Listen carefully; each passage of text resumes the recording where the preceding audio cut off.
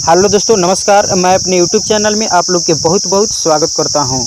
दोस्तों, एक बड़ी खबर निकल कर आ रही है बीएसएससी की ओर से। यहां पर दोस्तों मैं आप लोग के बता दूं, बीएसएससी के लेकर एक बहुत बड़ी नोटिस जारी किया गया है न्यूज़ की ओर से।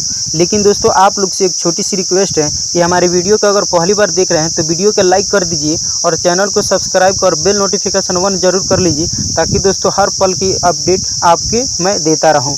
चलिए स्क्रॉल करता हूं और यहां पर दिखाता हूं कि क्या यहां पर नोटिस जारी किया गया है न्यूज़ की ओर से। यहां पर देखिए, बिहार कर्मचारी चयन आयोग बीएसएससी रविवार को अचानक ट्विटर पर ट्रेंड करने लगा। बीएसएससी प्रथम इंटर स्तरीय परीक्षा का परिणाम अब तक जारी नहीं करने पर अभ्यर्थी ने माइक्रो ब्लॉगिंग साइट पर रविवार को अभियान छेड़ दिया।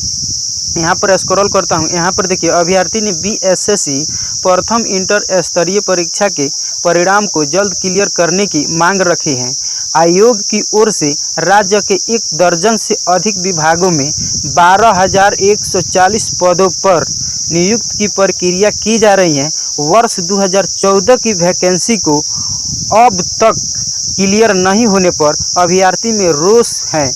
इसके लेकर अभ्यर्थी ने सुबह से ही ट्विटर पर बीएसएससी क्लियर प्रथम इंटर स्तरीय परीक्षा 2014 सटेगा पर मांग रखनी शुरू कर दी है। यहाँ पर दोस्तों मैं बता दूं, 2014 की यहाँ पर मांग रखने की शुरू कर दी गई है। यहाँ पर देखिए, दोपहर 3 बजे तक बिहार से लगभग 1.20 लाख लोगों ने इस ट्रेंड पर ट्वीट किया।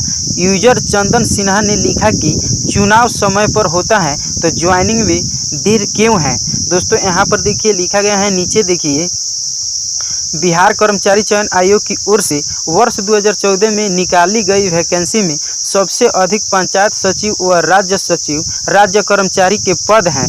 इसके क्लियर होते ही राज्य में काफ़ी हद तक पंचायत सचिव व राजस्व कर्मचारी की कमी को दूर किया जा सकेगा। इसके अतिरिक्त पर्यावरण, वन एवं जलवायु परिवर्तन विभाग, बिहार पुलिस सहित अन्य विभागों में भी नियुक्त की जा रही हैं।